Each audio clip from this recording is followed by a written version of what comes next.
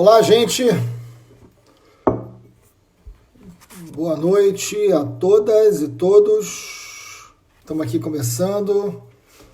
A gente vai falar sobre a pandemia. Acabei de receber a notícia: 1.364 brasileiros morreram nas últimas 24 horas. Deixa eu ver se o meu convidado já chegou aqui. Não. Hoje eu vou conversar com uma pessoa bastante especial que eu quero que vocês conheçam. Ele é um médico, trabalha no Pará e trabalha com UTI em coronavírus, né? Então é importante que a gente escute. Opa, deixa eu ver se ele está aqui. Espera aí. Não.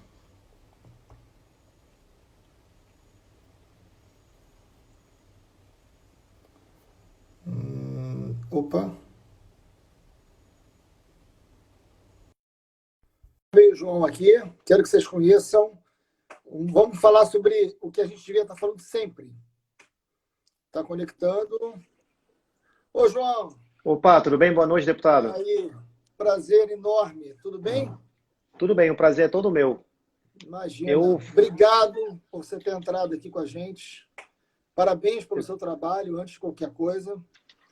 Te dando os parabéns, te agradecendo. Eu estou fazendo isso em homenagem a todos os profissionais de saúde no Brasil nesse momento, né, que devem ser homenageados para o resto da nossa vida, sem dúvida alguma.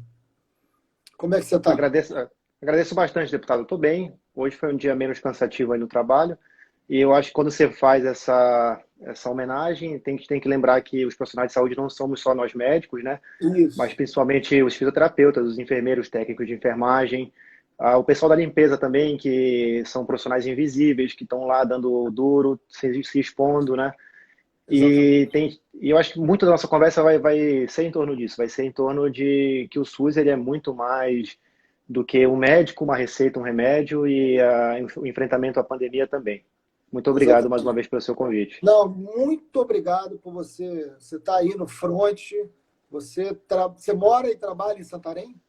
Isso mesmo, deputado. Moro e trabalho em Mora e Santarém. trabalha em Santarém, Pará. E aí, quem não conhece, vale a pena conhecer. E me fala, hoje é você que fala. Eu estou aqui para te ouvir e aprender com você. Porque eu estava entrando aqui, entrou a notícia, não sei nem se você teve tempo de ver. 1.364 mortos nas últimas 24 horas. Acabei de Nossa, de receber arrepiar. essa. É. Aí foi agora, eu estava entrando aqui, entrou a notícia, 1.370, ou seja, a gente não está no momento de baixa, a gente não está no momento de tranquilidade para estar abrindo tudo.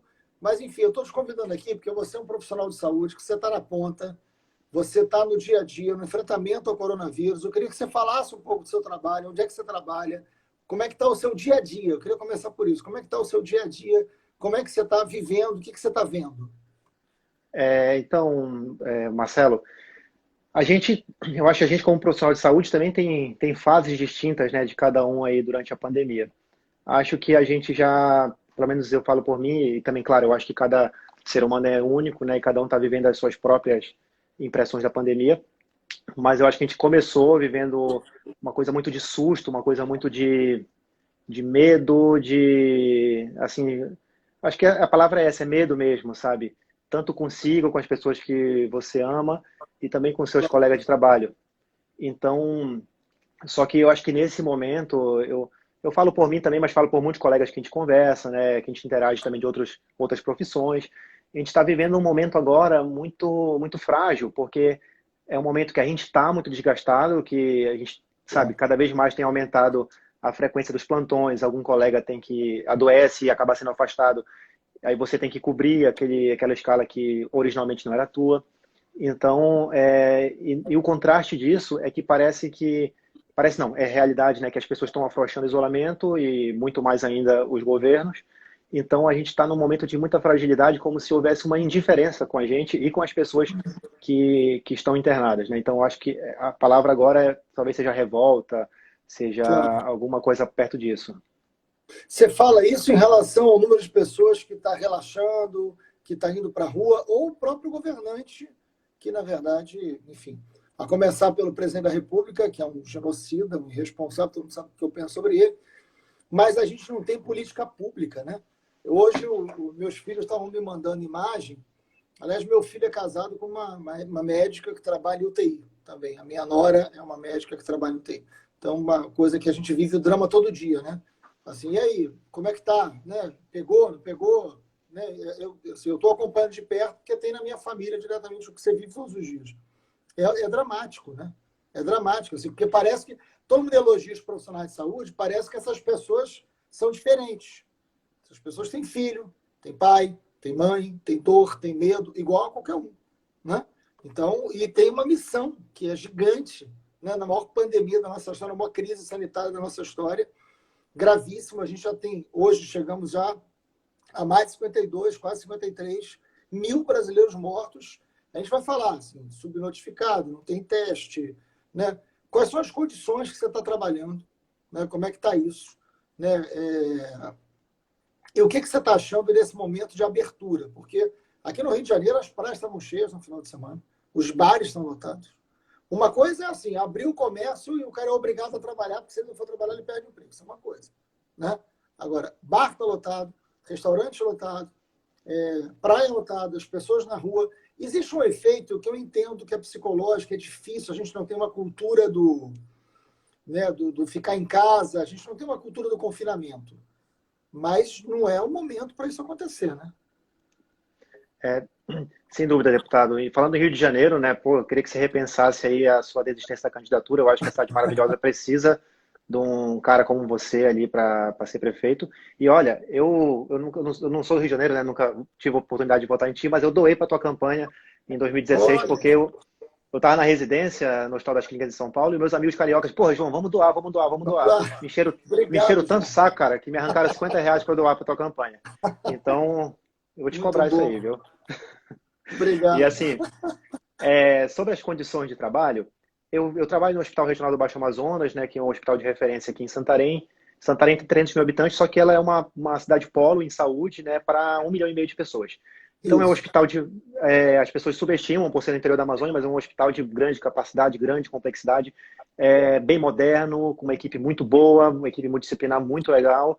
E assim, eu posso falar com toda certeza do mundo, nunca faltou segurança para mim.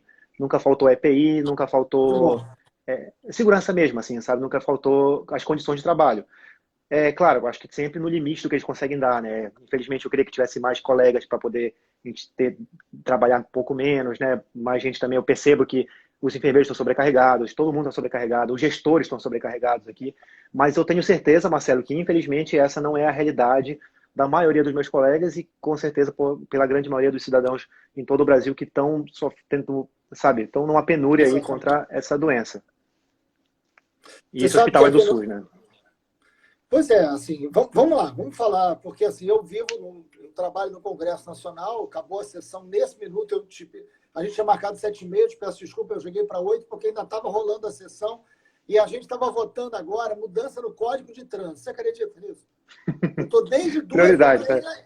é inacreditável, assim, quase que eu falei palavrão agora, é inacreditável, assim, porque eu estou desde 2 horas da tarde votando a porra de um projeto que é sobre mudança no Código de Trânsito. Eu falei, vocês só podem estar de sacanagem. Assim. Eu acho que o Congresso cumpriu um papel importante. Votamos a renda básica, votamos ajuda a pequeno e médio empresário, votamos a questão do orçamento de guerra, votamos um monte de coisas. Agora, fala sério, pô. Votar mudança de Código de Trânsito, nesse Prioridade, né, momento, Marcelo? 53.300 pessoas morrendo, e a gente votou no Código, eu falei, qual é a urgência de votar uma merda dessa? Assim, pelo amor de Deus, o dia inteiro discutindo esse negócio. Eu atrasei aqui, era para ser 7h30, eu joguei 8 horas, porque eu não posso faltar lá, nem falto, não gosto. Eu falei, é inacreditável. Eu falei, pô, eu vou entrar com o João daqui a pouco falando sobre o SUS, falando sobre Santarém, falando sobre a ponta, e eu passei o dia inteiro votando mudança no Código de Trânsito. Tá vontade na cabeçada na parede. Eu falei, pelo amor de Deus, né? Eu falei, é isso, assim, tem uma... eu entendo a pessoa que quer fugir da realidade. Mas a realidade está aí, né? A realidade se Sim, sim. impõe.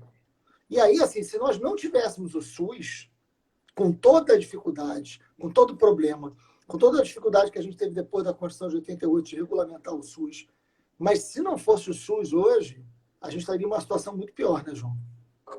E a gente tem que lembrar, Marcelo, que o SUS ele não é só a assistência ali hospitalar ou pré-hospitalar. Por exemplo, a vigilância sanitária, a vigilância epidemiológica, tudo isso é o SUS. Imagina se não tivesse SUS. Você acha que os planos de saúde estariam colhendo o SWAB na casa das pessoas, colhendo teste rápido? Com certeza não. Você acha que os planos de saúde estariam fazendo monitoramento de casos, estaria fazendo um boletim epidemiológico? Não. Então, e é isso que quando a gente fala no dever do Estado, quando a gente fala também no dever, assim, privatização de saúde, etc., as pessoas, especialmente que defendem essa vertente, ignoram isso. Ignoram que saúde é um processo muito mais amplo do que aquilo que a gente conversou. Um médico, uma receita, um comprimido, um paciente. Que a saúde, ela é um conceito amplo, um conceito que até a gente lembra, né, na nossa Constituição de 88, nesse conceito da seguridade social, né, do bem-estar social. E a saúde também entrando nesse conceito aí, como um Estado provedor, um Estado tentando garantir o bem-estar social, e o SUS nascendo nesse contexto. É bom lembrar, para quem está ouvindo a gente, nem todo mundo é da área da saúde, né? Eu não sou, eu sou da área da educação, inclusive, mas vamos lembrar de uma coisa. A gente tem 210 milhões de brasileiros, né? A gente tem aproximadamente 50 mil leitos, né? É isso, mais ou menos. Eu peguei isso com o Paulo Pinheiro, que é um cara que você tem que conhecer aqui no Rio de Janeiro, que é vereador e é médico, dirigiu o Miguel Couto, uma pessoa muito séria na área de saúde. É mais ou menos a metade. Metade da rede pública, metade da rede privada, João. O problema é que qual é o percentual da população que usa a rede pública, qual é o percentual da população que usa a rede privada? Aí não é meio a meio, né? Aí não é meio a meio. Você tem 170 milhões usando a rede pública. Então você tem uma sobrecarga na rede pública hoje gigantesca. E o problema é que quando você vai dizer que você vai fazer um estado mínimo, um estado fiscal, que você vai botar teto de gastos. Eu estou brigando todos os dias. Não tem um dia que eu não brigo com esse negócio de teto de gastos. Eu não quero um Estado que gasta no que não tem que gastar. Não quero isso. Mas eu quero um Estado que possa, nesse momento, garantir a ampliação do SUS. E não é a hora mais de um Estado fiscal. Agora é a hora de um Estado social. A gente está numa guerra. E no pós-guerra, na história do mundo, a gente teve um Estado mais presente, um Estado com garantia. Então não pode, tem que chegar recurso para o SUS, tem que chegar recurso na sua mão. Né? Vocês tinham que estar muito mais bem equipados. Se vocês tivessem capacidade de fazer uma testagem em massa, vocês poderiam trabalhar com isolamento mais qualificado e com uma ação mais preventiva. Né? Vocês têm o número de respirador que vocês precisam no Brasil inteiro? Não tem. Eu estava conversando com o Flávio Dino, que é uma pessoa que eu tenho grande respeito. Eu também. Ele fala que é um amigo particular. Ele falou, olha, Freixo, não dá para comprar o respirador, porque os caras superfaturaram, e se eu comprar, quem vai ser preso sou eu. Né? E agora? Como é que faz? Então tinha que ter política pública, né? Você tinha que ter valorização, ação forte do governo federal, chegando em cima disso. Então, assim, é importante falar do SUS, porque a gente não resolve a vida tendo plano de saúde, né? O Brasil é muito maior do que isso, né? Você falou toda essa questão da economia de guerra. Se tem uma coisa que seria útil você ter generais no poder, é justamente ajudar nisso, sabe? Ajudar numa economia de guerra. Mas sobre os caras, eu acho que não dá nem para comentar isso. Então, assim, faltou uma mobilização, faltou até conversar com o empresariado, vamos supor, chegar com a indústria têxtil, meu irmão, eu vou isentar você de tal coisa e você vai produzir insumo hospitalar, chegar com a equipe de tecnologia. Vamos lá, será que vocês conseguem entregar para mim 10 tomógrafos até fim do mês? Faltou, acho que, essas mobilizações assim, cara. E no começo da pandemia, né, acho que, na verdade, antes dela chegar aqui, né, o então ministro Henrique Mandetta, que também tem todas as críticas sobre a gestão dele, né, a gente não pode usá-lo como um cara que defende o SUS e tal. Ele falou muito sobre que ele confiava na capilaridade do SUS para tentar controlar a pandemia. E eu não vi em nenhum momento essa capilaridade, que é enorme. O SUS chega em qualquer lugar. Eu não vi essa capilaridade sendo usada. E se eu fosse o cara responsável pela estratégia de enfrentamento à pandemia, seria para mim o grande jeito de vencer esse negócio. Como eu faria? Marcelo, a gente tem 300 mil agentes de saúde no Brasil, um pouquinho menos que isso, 298 alguma coisa. Cara, não tem ninguém que conhece mais o bairro, a comunidade, a quebrada, o ribeirinho do que o agente de saúde. O cara sabe quantas galinhas tem no quintal da casa da Dona Raimunda. Então, esse cara, você tinha que treinar, pode ser online, presencial, não importa, treina essas equipes e vamos lá, ó. Eu vou ensinar vocês a colher suave, vou ensinar vocês a... O agente de saúde é o cara que vai na casa, é o cara que tem o contato. É o primeiro profissional de saúde que tem o contato com a pessoa, né? vou ensinar vocês a identificar um caso suspeito, identificar um caso que é para mandar para a UPA, e ensinar vocês a colher o SUAB. E essa galera, cara, às vezes confia tanto no profissional lá do agente comunitário de saúde, mais do que o médico, mais do que o enfermeiro, mais do que a gente conversando aqui. Então, eu acho que faltou essa capilaridade. E eu digo mais, cara, você pegava esse agente de saúde, levava um tablet, alguma coisa assim, ensina ele a cadastrar a pessoa no auxílio emergencial. Então, aquela família, em vez de se humilhar nas filas dos bancos, madrugada fora pelo Brasil, levava o tablet e cadastrava, meu querido, você tem direito ao auxílio, vou te cadastrar aqui. Tal dia, baixa aqui o aplicativo na minha frente, tal dia vai cair aí na sua conta. E até a aglomeração ia diminuir. Então, isso foi uma falha enorme do Ministério da Saúde, isso foi falta de conhecer a própria história do SUS.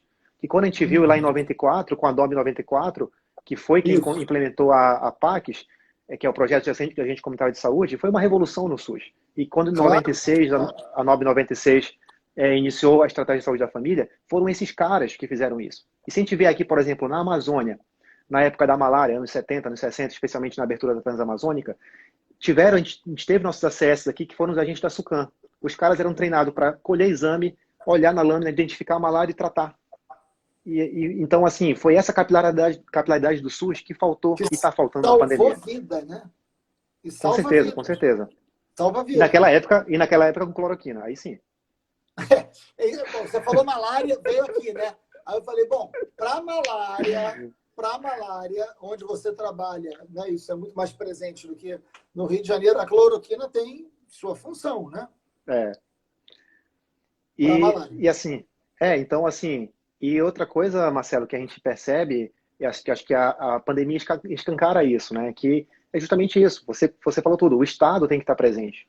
O Estado tem que garantir a saúde, o Estado tem que realmente fazer parte desse projeto, não tem como não ser. Você sabe, João, assim, meus filhos já são grandes, né? E a gente está no isolamento, é isso, né? E eles estão muito irritados, né? Eles me escrevem, falando assim, pô, rapaz, não dá, praia lotada, os bares lotados, né? Todo mundo na rua. Eu falei, vamos lá. Tem vários efeitos, né, numa questão dessa. Tem um efeito que é sanitário, do isolamento, tem um efeito psicossocial, que é difícil. A gente não tem uma cultura do isolamento, a gente não tem uma cultura, a gente não passou por grandes guerras, por grandes pestes, a gente não tem uma sabedoria histórica coletiva construída. Mas não é esse o problema. O problema é que a gente não pode depender da questão individual de cada consciência. A gente tinha que depender de políticas públicas. Você tem um presidente que monta num cavalo, sem máscara, nem ele, nem um cavalo, né? E vai cumprimentar a mão das pessoas, que dá uma esfregada no nariz e aperta a mão de uma idosa. Entendeu? Assim, são coisas que o mundo não acredita. Eu tenho amigos pelo mundo inteiro, as pessoas falam assim, isso aqui é montagem, porque não é possível o presidente ter feito um negócio desse. Né? Eu falei, não, cara, isso não é montagem, isso é só uma parte da barbaridade que ele fez. Fez muito mais. Né? Então, assim, você não pode depender do bom senso. Para isso existe o Estado, para a gente não depender do bom senso. Né?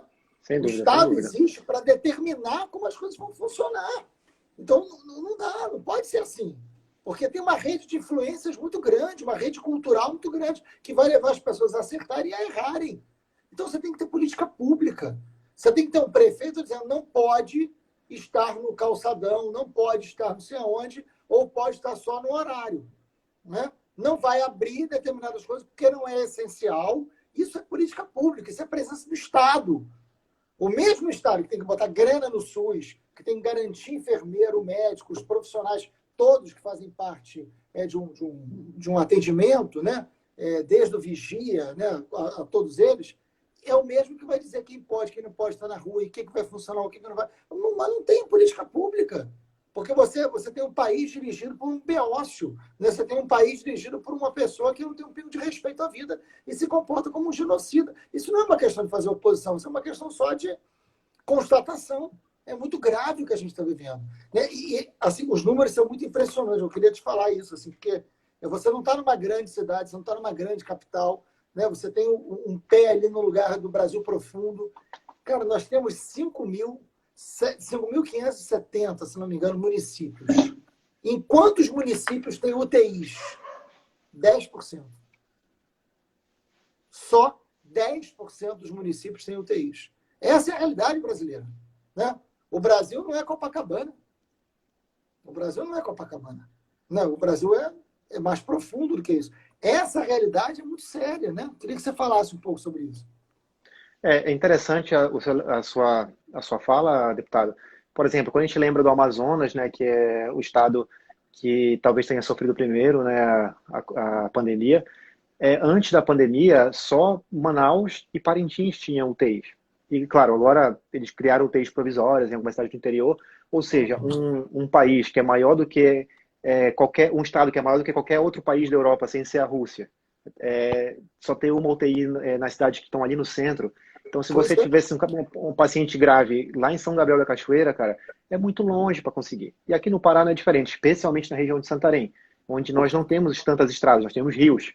Então, para você ir por exemplo, É para Óbidos, importante que é você uma cidade falar isso, perto porque daqui, é importante você falar isso, porque nem todo mundo conhece, ou já foi a Santarém. É importante você falar, explicar um pouco. então, Santarém fica assim no encontro do Rio Amazonas com o Rio Tapajós, que são dois rios enormes. Então, por exemplo, Óbidos, que é uma cidade até relativamente próxima daqui, você tem que, se vier de barco, são 8 horas, de lancha são 3 horas. Então, lá não tem UTI. Então, isso é uma cidade que é relativamente tem média, né? Tem ao redor de 80 mil pessoas. E tem que lembrar que os pacientes dessas cidades, eles não estão no centro urbano ali.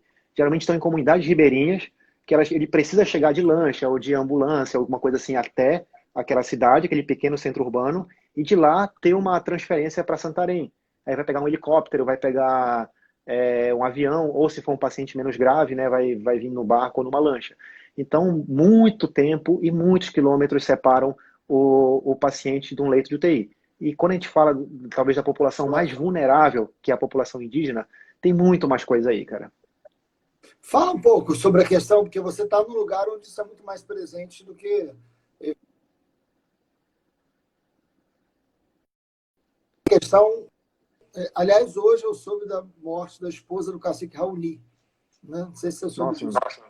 A esposa do o cacique Raoni, uma das maiores referências do mundo, né? Da cultura indígena, eu conheço o Raoni, e a sua esposa faleceu. Ela teve um problema de saúde, ficaram com medo de levar no hospital por causa do coronavírus, e ela veio a falecer, né? Então, nossa solidariedade aí a Raoni. Mas fala um pouco sobre o drama das comunidades indígenas em função do coronavírus. Uma coisa que realmente me incomoda é que, por exemplo, eu sou um cara daqui da Amazônia, eu sou branco, eu não sou indígena, então talvez assim, isso machuca, porque eu acho que a gente tinha que ter mais médicos que são indígenas, que são descendentes de indígenas, para poder conversar isso melhor, sabe? Então tudo que eu vou falar não vai ser uma coisa com tanta Claro. propriedade assim. Eu acho que a gente pode falar, é uma vírgula que a gente pode falar um pouco mais. Mas assim, a gente está vendo os pacientes chegarem, e tem que lembrar que o indígena não é só o indígena aldeado, né? Também é o indígena que já vive em outras comunidades, tudo mais abertas, né? E que, assim, você isolar um cara que vive numa comunidade é muito diferente de isolar alguém num apartamento em Copacabana. Porque em Isso. comunidade não é assim, ó, aqui tá minha família, eu vou viver aqui, ponto final. Pá. Não, é tipo assim, a minha família faz a farinha, a tua família cria a galinha, a família do outro cria porco. Então a vida em comunidade ela é imbricada, sabe? As famílias às vezes tem 4 gerações morando na mesma casa, e isso não é pobreza, isso é cultura. Tá? Isso não tem Isso. que achar que o cara é o coitadinho, não, aquilo ali é a cultura dele, entendeu? Então, como é que eu vou garantir, como é que eu vou fazer o isolamento de uma comunidade que vive há milênios assim, cara? Então, é claro que eles são bem mais fragilizados, e a assistência à saúde deles também. Exatamente. E isso, Marcelo, é para a gente lembrar do SUS, né? Quando a gente lembra da segunda diretriz doutrinária do SUS, é a equidade. Então, esses povos, você não pode dizer que eles são iguais a você em Brasília ou eu aqui. Não, eles Não. são diferentes, eles precisam de investimentos diferentes. Investimento não é só Isso. dinheiro, investimento também é recurso humano. Então, isso faz a gente lembrar do SUS. Claro. Não, e é muito importante. Você estava falando dos agentes comunitários, a gente está falando da saúde preventiva, né? Da saúde, do atendimento primário, né? Isso é muito Uhum. importante em qualquer lugar das grandes cidades. A cidade do Rio de Janeiro, a gente está falando de Santarém, porque é importante entender que o Brasil vai além das suas capitais, das suas grandes cidades. A gente está falando de um Brasil profundo, de um país continental, né, que tem a sua complexidade, e aí a importância do SUS, aí a importância de ter recurso, daí a importância de a gente parar com essa bobagem de um Estado mínimo. O Brasil Ah, mas o Brasil é a 10ª economia do mundo. É o 9º país mais desigual do mundo. Né? Nós somos o 9º país mais desigual do mundo. E o que mais mata na pandemia é a desigualdade. Sem O dúvida. Brasil, eu fiquei estarrecido com esse número. São 5 vezes mais negros mortos do que branco do coronavírus no Brasil. Né? O que explica isso?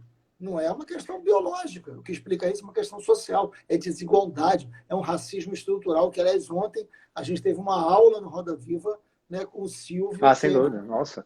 brilhante. Eu falei com ele hoje, eu dei os parabéns para ele hoje. Genial. Quem não assistiu, gente, assistam o Roda Viva de ontem, professor Silvio Almeida. Assistam, né, para entender qual é a raiz profunda desse país racista, né, na sua estrutura. O enfrentamento à pandemia passa por uma questão racial, da desigualdade, do acesso ao SUS, do papel do Estado. E ele diz isso ontem, né? Ele falou, olha, não pode, esse Estado fiscal que quer tirar recurso público no Estado mínimo, isso é um Estado racista. É um Estado racista contra o indígena, né? Contra o ribeirinho, contra as populações quilombolas. É disso que a gente está falando, né? Marcelo, eu queria aproveitar que você tocou nesse ponto e lembrando também vamos chamar de aula, né, que a gente teve lá no Roda Viva ontem com o Silvio. Muito. Então, assim, quando eu penso no SUS, o SUS que eu sonho, a gente teve grandes avanços no SUS desde a sua criação, na década de 90, na década passada também, nessa década um pouquinho, e a gente eu acho que o grande marco negativo do SUS foi justamente a PEC dos gastos. E porque, assim, se tinha uma coisa que faltava a gente debater e realmente ampliar o debate, era do financiamento do SUS, que é o grande problema. E eu acho que foi aí que a gente parou, aí que foi o grande problema, cara. A gente não conseguiu transpor essa barreira. E o que eu desejo para o SUS é uma perestroika aos avessos, às avessas. Eu quero mais investimento, eu quero mais Estado no SUS. E quando a gente fala também, mas não é, você pode injetar trilhões de reais, que não é só isso que vai resolver. Eu acho que a gente tem que ter mudanças políticas muito importantes na saúde e também na educação, em tudo, em todo o Brasil. Porque a saúde, cara, ela, repito, não é receita, comprimido, paciente médico. Saúde é um conceito amplo, saúde é tudo, Isso. saúde é teu lazer, é tua cultura, é a tua educação, saúde é teu emprego, a tua segurança. Então, para eu garantir uma saúde de qualidade, eu tenho que garantir muita coisa. E o Estado tem que estar em várias coisas ao mesmo tempo, não só no postinho ou no hospital. E então, cara, eu vou te contar duas histórias que eu separei para a gente tentar mostrar como é importante isso. A primeira foi assim, 2017, reforma trabalhista. Logo que saiu a reforma trabalhista e tal, eu estava lá na minha residência atendendo, ia chamar um paciente, né, li a história dele, fui ver os exames. Eu falei, putz, esse cara não colheu os exames? Que irresponsável, esse paciente não colheu o exame. Aí eu chamei ele lá, ô, seu fulano, entra aí, cara. Aí falei, pô, você não colheu os exames, cara? Pô, doutor, deixa eu te explicar. Eu sou terceirizado agora. Desde que eu fui terceirizado, eles não me liberam para eu colher o exame. Só liberam no dia da consulta. Se eu for, eu perco o emprego, eu vou me descontar o dia. Olha Aí isso. quando eu falei, pô, que chato, cara. Aí foi passando o tempo. Passava as semanas, você via que isso ia piorando. Sabe, isso se tornava cada vez mais comum. Pô, Ou aquela seja, ressonância que você a pediu, doutor, eu não consegui precarização do fazer. trabalho, a precarização do trabalho gerando a precarização da saúde. Isso. Aí, poxa, porque você não veio naquela coisa que a gente marcou? Pô, cara, eu sou Uber agora e não deu, ia ficar sem grana se eu fizesse isso. Então, assim, o que adianta se o meu hospital tem os melhores remédios, os melhores médicos e tudo mais, a melhor estrutura, se o meu paciente, se ele não vai na consulta, uma coisa, ele vai perder o emprego, entendeu? Que direito é esse que eu estou dando para ele? Que saúde é essa? Exatamente. Então, a gente percebe isso. E a gente percebe também, Marcelo, na gente, cara. Por exemplo, aqui na pandemia, se eu adoecer amanhã e pegar o coronavírus, eu vou ser afastado do trabalho, vou ficar isolado na minha casa, mas eu não recebo um centavo. Porque a gente é terceirizado, o enfermeiro é terceirizado, não tem férias, não tem insalubridade, não tem 13º. Entendeu? Então o cara adoece cuidando... Esse é o estado mínimo que esses caras defendem, né? Esse é o estado mínimo que eles defendem. E é isso. E aí, parabéns ao profissional de saúde. Aí o cara fica doente e para de receber. Como parabéns? Sem dúvida. Entendeu? Que estado é esse, cara? E outra coisa que eu tinha separado, já que a gente estava falando do Silvio, cara, que o Silvio ele falou uma coisa interessante na pergunta do Tiago Amparo, lá da FGV, da Folha, sobre a questão das cidades, né? Como as cidades são desenhadas para ser racistas. Então, eu tenho uma outra coisa que aconteceu comigo que me marcou muito, cara. Em 2018, eu era R4, estava no último ano de reumatologia, e um cara lá da Bahia, o Lucas, até me ligou hoje, quando ele soube da nossa live, ele me ligou para me parabenizar e tal, disse que te adora. Que Ele bom. aconteceu o seguinte, o Lucas é um cara da Bahia, negro, um médico preto, assim, usa dreadlock, sabe, usa Que são trança, pouquíssimos. pouquíssimos, pouquíssimos. Que são E ele foi fazer um pouquíssimos. estágio com a gente lá na USP. E beleza, então assim, a gente se deu muito bem e tal, e o cara é um excelente médico. E aí, essa situação que aconteceu foi o seguinte, tava eu e ele na sala, atendendo uma moça com lupus da periferia de São Paulo, preta, e a gente deu um pau na minha impressora lá, e bem no último papel, eu falei, cara, resolve aí, vai desenrolando aí, que eu vou imprimir na sala de outro colega. Aí beleza, demorei assim uns 5 minutos lá, quando eu voltei, cara, os dois estavam num papo super fluido, ele e o paciente, sabe, ela e o médico, se olhando e tal, e eu peguei a seguinte cena, ela falando para ele, cara, que bom que você tá aqui. Então, assim, isso mexeu muito comigo, cara, porque Claro. assim, eu poderia ser, naquela hora, o melhor médico do mundo, o Drauzio Varela, que seja, e, sabe, tá fazendo o melhor por ela, mas tem um limite, cara, tem um limite no qual o paciente precisa se enxergar no médico. E o Lucas falou para mim até hoje, cara, quando eu comentei com ele essa coisa, ele falou, pois é, cara, então aí, quando o paciente me vê ali como médico, ele me vê ocupando uma posição de poder. Ele me vê, e isso vai inspirando as pessoas, isso vai quebrando essa Isso. corrente. Eu achei fantástico o que esse cara falou. Ele é casado, viu, Exatamente. gente? Não vão procurar ele no meu Instagram que ele é casado. É... e assim, isso mexeu muito comigo, cara, porque É, isso me faz. Eu fui estudar um pouco mais sobre o tema. Tem uma grande filósofa médica lá dos Estados Unidos, já falecida, a Barbara Starfield, ela chama isso de competência cultural. É como se for, assim, por exemplo, vamos supor que eu sou médico e vou agora atender uma comunidade no Rio de Janeiro. Sei lá, o meu sotaque, as coisas que eu sei aqui do Pará, as minhas gírias até, o meu jeito de falar, as coisas que eu como, eu não vou conseguir penetrar tão bem numa moça da comunidade do Rio de Janeiro, sabe? Olha, você tem que comer isso, você tem que tomar esse remédio. Mas talvez, se um garoto ou uma garota do Complexo da Maré crescer, passar em medicina e virar um médico, que essa garota, viveu aquilo ali, que sabe o que pensa, que sabe o que é o dia a dia. Claro. sem dúvida, quando essa garota, esse garoto voltar e trabalhar na UPA ou no posto de saúde ali naquela comunidade, os pacientes, os moradores ali vão se enxergar nele e aquela medicina vai conseguir ser mais exercida, porque medicina é sobre empatia, cara, é sobre empatia minha com o Isso. paciente, mas também do paciente comigo. E é isso que a gente precisa. Não é só no Complexo da Maré. Eu preciso de médicos cabanos aqui. Eu preciso que esses Claro. garotos das comunidades ribeirinhas se formem médicos, enfermeiros, e atenda o próprio povo deles. Eles não precisam de esmola, eles só precisam de oportunidade. Exatamente. Exatamente. E você trabalha com estudantes de medicina também, né? Sim, sim, e tem sido muito legal, assim, eu acho que a gente tem formado grandes médicos aqui, o pessoal já está ajudando na pandemia, está dando um duro, sabe, tá sendo muito legal mesmo, os nossos ex-alunos estão trabalhando bastante. Momento para grande aprendizagem também, né? Sim, sim.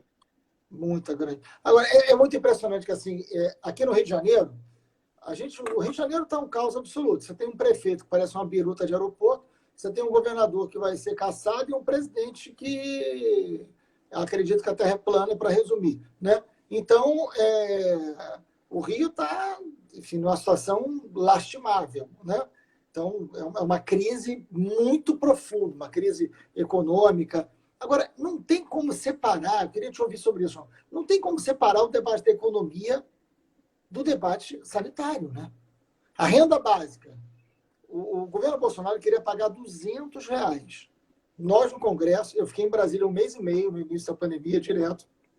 E aí, nós, no Congresso, conseguimos jogar para 500, depois 600, né? Que é o mínimo, né? E pagando 2 vezes dá um salário mínimo. E agora ele está querendo voltar a pagar 300. O Guedes quer pagar R$ 300, quer diminuir pela metade. Já tem um monte de gente que não está conseguindo receber, por causa da burocracia, porque não consegue, porque não sabe, porque não tem vontade de pagar também. Então, não tem como separar. Os R$ 600 da renda básica é uma medida econômica e é uma medida sanitária. Porque se o cara não receber aquilo, ele não fica em casa. O Rio de Janeiro é uma cidade que tem 6 milhões, um pouco mais de 6 milhões de habitantes. Um terço vive em favela. Um terço do Rio vive em favela. Essas pessoas, quando você fala em isolamento, o cara mora com 8 pessoas numa casa de um cômodo. Não tem saneamento básico e não tem água potável. Como é que você vai falar em saneamento? Né? Ou você vai pegar uma comunidade ribeirinha que tem uma cultura coletivista, o tempo inteiro você vai ficar isola. O cara não sabe viver isolado. A economia do local depende de algo que é baseado na integração. Então, assim, tem um limite aí muito profundo, social, cultural, econômico. Essas medidas são sanitárias e econômicas ao mesmo tempo. Essa tentativa de separar isso é um desastre. É um desastre. Então, assim, tem que ter... A renda básica está chegando em Santarém, está chegando nas comunidades ribeirinhas. Como é que está isso, João? Uma coisa, quando você falou sobre o Rio de Janeiro ter um terço, né? Eu não consigo nem fazer tanta interjeição, porque Belém e Manaus tem 55% da população favelizada. 55%. É quase o dobro aí do Rio de Janeiro. Então, quando a gente fala em favela, você pensa no Rio de Janeiro, Cidade de Deus, sei lá, qualquer coisa do tipo. Claro. Mas, cara, Belém e Manaus são as cidades mais favelizadas do Brasil. E Isso. você vê é só olhar as estatísticas e ver o estrago que a Covid fez e tem feito. O Pará, Freixo, já matou mais gente do que a China. O Pará tem 175 vezes menos gente que a China e já tem o mesmo número de mortos. A cidade do Então, Rio também. só a cidade do Rio já tem 4.600, então, por aí? Nossa. Então, olha o que a gente está discutindo, cara. É o absurdo, esse é o absurdo do absurdo. Então, assim, eu acompanhei esse trabalho do Congresso e é engraçado que o governo ainda deixou assim como se, olha, nós estamos dando R$ 600. E como se não tivesse sido uma luta do Congresso, né, uma luta das pessoas que a gente elegeu para brigar por isso. Então, agradeço pelo seu papel, eu vi como você foi atuante nisso. Imagina, obrigação. Mas, assim, sabe, o governo age como se fosse uma esmola e não como se fosse um investimento, né? Um investimento sanitário, um investimento realmente na vida das pessoas e, por conseguinte, na economia, porque a gente não tem que vencer o isolamento, a gente tem que vencer o vírus, cara. E é isso que, sei lá, eu não sei se eles fingem que não entendem ou o que está acontecendo lá. Eu acho que você que está aí sabe para dizer melhor que eu, né? Olha, João, é difícil imaginar, né, o que esses caras pensam. Assim, eu já tentei entender, tentei dialogar, mas essa ideia de você assim, não, mas tem uma crise econômica. Primeiro, esse vírus começa na China, se espalha pelo mundo inteiro e só muito depois chega aqui. A gente teve tempo de entender o que Sim, sem aconteceu nos dúvida. outros países, de saber o que foi certo e o que foi errado. Todos os países que não apostaram no isolamento para controlar, para não deixar a curva crescer muito alto, morreu muita gente e a crise... Todo lugar que morreu muita gente, a crise econômica foi pior. Ou seja, o mundo mostrou para a gente que você não separa a solução sanitária da solução econômica. Porque se você... Isolamento vertical não funcionou em nenhum lugar do mundo. Em nenhum lugar do mundo funcionou o isolamento vertical. Então não adianta. Porque é isso, assim. Você vai olhar hoje o Rio de Janeiro, a rua está cheia de garotos jogando futebol na praia. São jovens, dificilmente vão morrer. Isso é verdade. É verdade. Esses jovens dificilmente vão morrer. Só que eles vão para casa. Só que eles podem pegar um ônibus. E uma idosa, um idoso, né, um diabético, uma pessoa com alguma comorbidade pode pegar deles e pode morrer. São 1.300 mortos hoje no Brasil. É disso que a gente está falando. Deputado, a gente lembra também, assim, com isso, é muito duro quando você fala isso, que a gente teve o exemplo de outros países, a gente teve tempo para se adaptar, tempo para estudar, tempo para se preparar. E você está vendo isso acontecer dentro do país agora. Porque, claro, nós somos um país continental e é claro que as curvas são distintas, é claro que você não pode comparar, né? Mais uma vez a gente fala de equidade. Não dá para comparar a cidade do Rio de Janeiro com, sei lá, Campo Grande, com Teresina. Cada um vive sua própria realidade. Então, vamos separar aqui Rio, São Paulo, Pará e Amazonas. São estados, é bom voltar ao Ceará também, que tem sofrido um pouco mais aí com a pandemia. E vamos pensar assim, Mato Grosso do Sul e o Sul inteiro, que não está Paraná, Santa Catarina e Rio Grande do Sul. Esses caras, em vez de estarem olhando, vamos ver o que aconteceu nos outros estados e não fazer o que eles fizeram de errado, em vez dos caras fazerem isso, eles estão copiando o que deu errado, cara. Isso. Assim, é inadmissível, é uma irresponsabilidade sanitária assim, sem precedente na nossa história. Exatamente isso. Exatamente isso. É um negócio muito impressionante. Não adianta. Assim, não, parabéns aos enfermeiros, parabéns aos médicos, parabéns aos técnicos, mas aí você vai e faz o contrário do que esses profissionais estão pedindo. A Organização Mundial de Saúde é um espanto, né? Mas eu queria te fazer uma pergunta que eu não posso deixar de fazer isso, o tempo está correndo muito rápido aqui. O que você acha? Você é um profissional de saúde que está na ponta. E é muito importante a gente ouvir o Norte, ouvir esse Brasil inteiro, né? Não ficar só no Sudeste, que parece às vezes que o Brasil começa e termina no Sudeste. Não é verdade. O que você acha? A gente está mais de um mês sem ministro da Saúde. Porque é bom lembrar. Cara, É bom lembrar. assim, eu até pensei, Marcelo, às vezes eu fico pensando, quem será que ele vai arrumar? Eu brinco lá no Twitter, cara, eu sei que você é flamenguista e tal. Imagina fim de campeonato brasileiro ano passado. Você acha que o Jorge Jesus ia largar o Flamengo para assumir o Cruzeiro, perto de cair? Não. Não ia. Claro. Então, assim, os caras vão tentando contratar ali o Luxemburgo, o Jorge Jesus, e ninguém vai querendo, Sampaoli, papapá. Chega no fim do campeonato, o rebaixamento já é certo, só sobra aqueles técnicos assim, né? Mas você sabe. Então, assim, cara, por exemplo, o Nelson Tait, ele tentou ali, eu acho que fazer alguma coisa e tudo mais. Só que, cara, é o nome da pessoa, é uma carreira. Então, nenhum profissional sério, nenhum médico competente, nenhum cara assim que realmente tem algum respeito pela profissão e pela vida e pelo próprio nome, não quer aceitar, cara. Exatamente. Então ele, sabe, vai ter que encontrar um outro Mário Frias aí na medicina para entrar nessa fria. Não sei, consegue um habeas corpus aí pro Dr. Bumbum aí no Rio de Janeiro, que talvez ele consiga ajudar ele. Tem que ser E vira um acampamento militar, né? Sim, sem dúvida, sem dúvida. A cloroquina, assim, é isso, 52 mil mortos, 53 mil mortos, sabe, passou de 1 milhão de infectados. A previsão é que a gente possa chegar a 100 mil mortos ainda no mês de julho. É uma tragédia, é um negócio assim, não tem economia que sobreviva a um negócio desse. É bobagem achar que... Porque a frase, pior do que a frase da gripezinha, para mim, muito pior do que a frase da gripezinha, foi o Bolsonaro dizer o seguinte: não, vai morrer um ou outro aí, mas não pode. O presidente não pode falar, vai morrer um ou outro. Toda a vida importa. E não é um ou outro, né? Não é um ou outro. Você está falando de uma morte em massa previsível e evitável. Que a gente podia evitar. Não tem como evitar todas as mortes. Mas município que teve política pública e município que não teve política pública. Olha o que aconteceu. Eu ontem estava conversando com o prefeito de Niterói, que nem é do meu partido, né? Mas conseguiu fazer o dever de casa. Morreu pouquíssima gente. Aí você pega Niterói e São Gonçalo, compara os dois. Realidade completamente diferente. Por quê? Porque tem política pública em um, não tem política pública em outro. É disso que você está falando. Né? Você está falando de ações do Estado, ações da política pública. E é isso que a gente está pedindo no Brasil. Agora, você não tem nem ministro da Saúde. Você não tem um acampamento militar aquilo.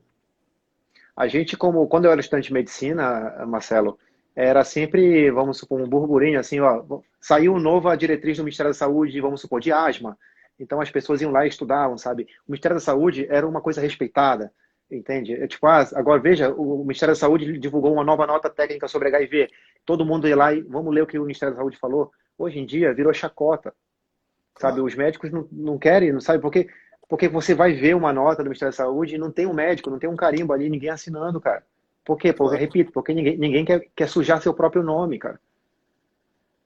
Tem gente aqui escrevendo Duque de Caxias, a região da Baixada Fluminense, não é só Duque de Caxias. Situação de Queimados, Nova Iguaçu, Duque de Caxias, não sei se você conhece aqui, mas a situação da Baixada Fluminense, a área metropolitana do Rio de Janeiro, é a pior que você pode imaginar. É a pior que você pode imaginar. Pelas coisas que a gente acompanha aí do Rio de Janeiro, né, também a gente percebe essa marginalização que já é, claro, super presente, mas é como se assim, como se a zona sul da capital der uma melhorada, parece que está tudo bem, sabe? E as pessoas esquecem os cidadãos da Baixada, ou das comunidades, né, do Rio de Janeiro e tal. A gente percebe essa marginalização assim, lendo as notícias. E aqui também eu estou percebendo isso, cara. Parece que se Belém e Manaus derem uma melhorada, está tudo bem para os governantes, mas se os interiores continuar morrendo gente a rodo, sabe? Mas nem é verdade, é uma invisibilidade, né? Mas nem é verdade, João. São Paulo hoje bateu o recorde de mortes. Sim, pois é, se fosse verdade, né? Se fosse verdade. A gente precisa dizer o seguinte, o vírus chega de avião, né? O vírus chega em aeroporto. Então, a primeira classe, o primeiro setor da sociedade que é atingido, começa a sofrer, é um setor elitizado, é verdade. né? Uhum. E isso começa a se capilarizar, começa a interiorizar, está chegando na região sul agora, só agora está chegando na região sul. Meus amigos de Porto Alegre, Santa Catarina, né, estão preocupadíssimos, né? Porque está chegando na região sul, está se interiorizando e está chegando nas áreas mais pobres. Então, a tendência da gente é a gente ver o povo que tem menos acesso ao SUS, que tem menos acesso ao UTI, que mora em cidades que você não tem sequer UTI, que tem que ser transportado, né, sofrerem mais com isso. Então, o número de pessoas mortas pode chegar a um número muito maior do que a gente tem hoje. E a gente está tratando como se estivesse no final da pandemia. Não estamos no final da pandemia. Queria, assim, por fim, que você falasse isso. A gente não está no final da pandemia, né? Não, de maneira nenhuma. E o pior, Marcelo, é que eu não consigo entender de onde saiu essa informação, sabe, de que estamos no final. Sendo que a Pois é. mídia toda hora está falando as coisas reais, os políticos sérios estão falando isso, nós médicos, nós profissionais de saúde temos falado isso. O brasileiro que vê o seu familiar sendo internado, sofrendo, morrendo, está vendo que não está no final. E de onde que saiu esse negócio todo? É Pois é. justamente, cara, a falta de uma liderança política. Porque por mais que o presidente seja um cara que nem todo mundo votou nele, né? Eu, você, eu acho que acredito que todo mundo está vendo a gente. Por mais que esse cara, mas ele é um cara que representa a gente ali, entendeu? Então ele deveria servir de uma liderança para todo Claro. mundo. Só que nem assim o brasileiro olha aquele cara e pensa assim, o seu Raimundo da periferia daqui de Santarém, ele deve pensar, se o presidente não respeita esse Isso. troço, porque é eu que tenho que respeitar. Porque eu que tenho que fazer minha parte se o cara lá não está fazendo. Então é muito fácil você jogar a responsabilidade em cima do povo, em cima do pobre, em cima do marginalizado, sendo que essa irresponsabilidade do povo, ela é fruto de gente lá de cima e de gente que está preocupada com Exatamente. outras coisas no momento, né? Como Atibaia, Bangu e adjacências, né? É, os heróis da vida estão preocupando mais do que a pandemia, né? Ainda tem isso, né? A gente está vivendo. Eu acho assim, eu deveria estar fazendo uma live por dia com profissionais igual a você, falando sobre o que a gente falou aqui durante quase uma hora. Mas eu tenho que fazer uma live sobre Queiroz, uma live sobre Mostra Marielle, uma live sobre o escritório do crime. Por quê? Porque a gente vive a pandemia e o pandemônio, né? A gente vive crise da democracia, a gente vive ameaça de fechamento do Congresso, a gente vive fake news, né? Enfim, ameaça de fechamento do Congresso, intervenção militar, no momento de pandemia. Se a gente estivesse só debatendo a pandemia, já seria gravíssimo. Mas não. A gente tem que tratar da pandemia, tem que tratar da desigualdade, tem que tratar do desemprego, tem que tratar do desgoverno. E isso vai piorando muito a vida do povo, né, João? Sem dúvida. Até eu tive uma impressão, né, quando começou o negócio, falei, cara, se o Bolsonaro acertar a mão aí na pandemia, o cara vai, talvez ele consiga até convencer muita gente, mas não, cara, parece que na pandemia que estourou todos os outros problemas dele, sabe? E quando É. você fala que a gente está um mês sem ministro da saúde, a gente também está sem ministro da educação, cara. Sabe? Não, ministro, eu nem falei da educação, porque eu tô assim, isso me deprime, né? Eu, como educador, 20 anos em sala de aula, você tem um ministro da educação que no final da sua gestão ele ataca a política de cotas e ele sai do país fugindo para trabalhar no Banco de Mel, com passaporte já sendo exonerado, a exoneração sai no dia seguinte, depois volta atrás do Diário Oficial. Olha, é o limite da porcaria, né? É o limite do absurdo. Você imaginar que um ministro da Educação sai fugindo porque podia ser preso por crime contra a democracia. Usa passaporte diplomático quando já tinha sido demitido, atrasam a exoneração para ele poder fugir, depois volta atrás. Olha, assim, eu não vou nem chamar de fim da picada, porque a picada acabou lá atrás. Né? Assim, isso já é sei lá como é que eu chamo um negócio desse. É isso, por exemplo, o meu amigo Erivelton Lopes, até que estava na nossa live, falou para mim assim, João, cara, pensa assim, você está numa pandemia, você tinha que estar preocupado com o hospital, com É medicação, com isso. ventilador, e você está preocupado em deixar sabe, em tramar uma fuga do teu ministro, ou de, sabe, tentar livrar teu filho de uma investigação. O cara tinha que estar focado em resolver problema, e não em criar problema, A entendeu? gente tinha que estar, João, a gente tinha que estar nesse momento conversando com o presidente. Ah, não, eu não votei nele. Não importa, isso é democracia. Né? Imagina, eu convivo com deputados que jamais vão estar do lado em qualquer projeto, mas faz parte da democracia. Nesse momento, a gente tinha que estar com o presidente discutindo como é que a gente faz para comprar respirador, como é que a gente faz teste, como é que a gente faz isolamento em população de risco, como é que a gente separa Era isso. Como é que a gente fortalece os prefeitos dos municípios onde não tem UTI? Era o que qualquer governante, com mínimo de lucidez, estaria fazendo. Era isso. A gente tinha que estar só debatendo isso. Mas não. Está se livrando filho picareta de ser preso. Está mandando embora ministro perseguido que acabou com cotas. É um negócio. Andando a cavalo, né? Cumprimentando as pessoas. Quer dizer, falando em intervenção militar, em guerra civil. Distribuindo armas, João. Esse é um presidente que, no lugar de estar distribuindo teste, respirador, está distribuindo arma e munição. Isso resume muito o Brasil que a gente está vivendo hoje. Né? É uma tragédia. Mas ainda bem que a gente tem profissionais de saúde como você. Agradeço. E assim, concordo. Fala, fala. Tipo assim, isso tudo mostra, assim, cara, que o como foi desastroso esse governo, e a gente tem que lembrar que esses desastres não começaram em março. A gente já está vivendo, cara, os reflexos desse um ano de 2019 aí, que foi horrível, que foi o desmonte de tudo, do meio ambiente, do SUS, da educação, e tudo isso da renda, né, a gente precarizou ainda mais, né, essa questão do trabalhador. A gente lembra também da reforma da Previdência como um grande instrumento de massacre, de genocídio, realmente de castigar a população mais desvalida. E Exatamente. Esse mesmo paciente que a gente reclama que não consegue fazer o exame porque ele é Uber ou porque ele agora é terceirizado, e agora esse cara vai envelhecer com mais doenças, esse cara vai ter menos condição, até vai aumentar a chance de um afastamento por doença e tudo mais. E cadê os direitos desse cara? Exatamente. E essas pessoas, elas estão cada vez mais invisíveis. Só que o Brasil está fabricando 60 milhões de invisíveis, cara. Como é que pode uma coisa dessa? Entendeu? Exatamente. E se a gente passou a nossa live toda conversando que tem que ter o médico negro, o médico indígena, e como é que a gente vai fazer isso? E como é que a gente vai garantir essa reestruturação do SUS acabando com a política de cota? Entende? Exatamente. Então, a gente tem que... Um ano de Bolsonaro, 2, 3, 4, cara, sabe, é uma regressão assim... A gente volta a 64, não só na questão ideológica e política, mas parece que nos indicadores também. Exatamente isso. E é por isso que eu sempre falo, o Brasil é maior do que o Bolsonaro, João. É muito maior do que o Bolsonaro. O Brasil é o país do João, é o país do Silvio, é o país de tantos profissionais que estão na ponta fazendo um país muito melhor do que o que cabe a esse incompetente. Bolsonaro é um acidente histórico, vai passar. E a gente vai ter um país melhor. Ó, tem 1 hora de live quase. Eu não tenho como te agradecer, não pela live, mas por tudo que você está fazendo por esse país. Em teu nome, eu agradeço a todos os profissionais de saúde, não só o médico, como você fez questão de lembrar, né? Não só o profissional, mas todos os profissionais de saúde envolvidos nesse momento tão importante da história. Vocês, sim, são muito importantes nesse momento. Obrigado por tudo, parabéns. Vamos conversar mais, vamos ficar em contato, vamos voltar aqui para dar mais esclarecimento.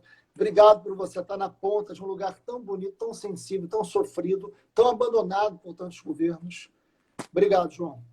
Obrigado, deputado. Agradeço pela oportunidade de a gente conversar e eu quero contar contigo para quando acabar essa pandemia, a gente vai cobrar nossos direitos aí no Congresso, vai cobrar da sociedade os direitos que são devidos a todos nós profissionais de saúde.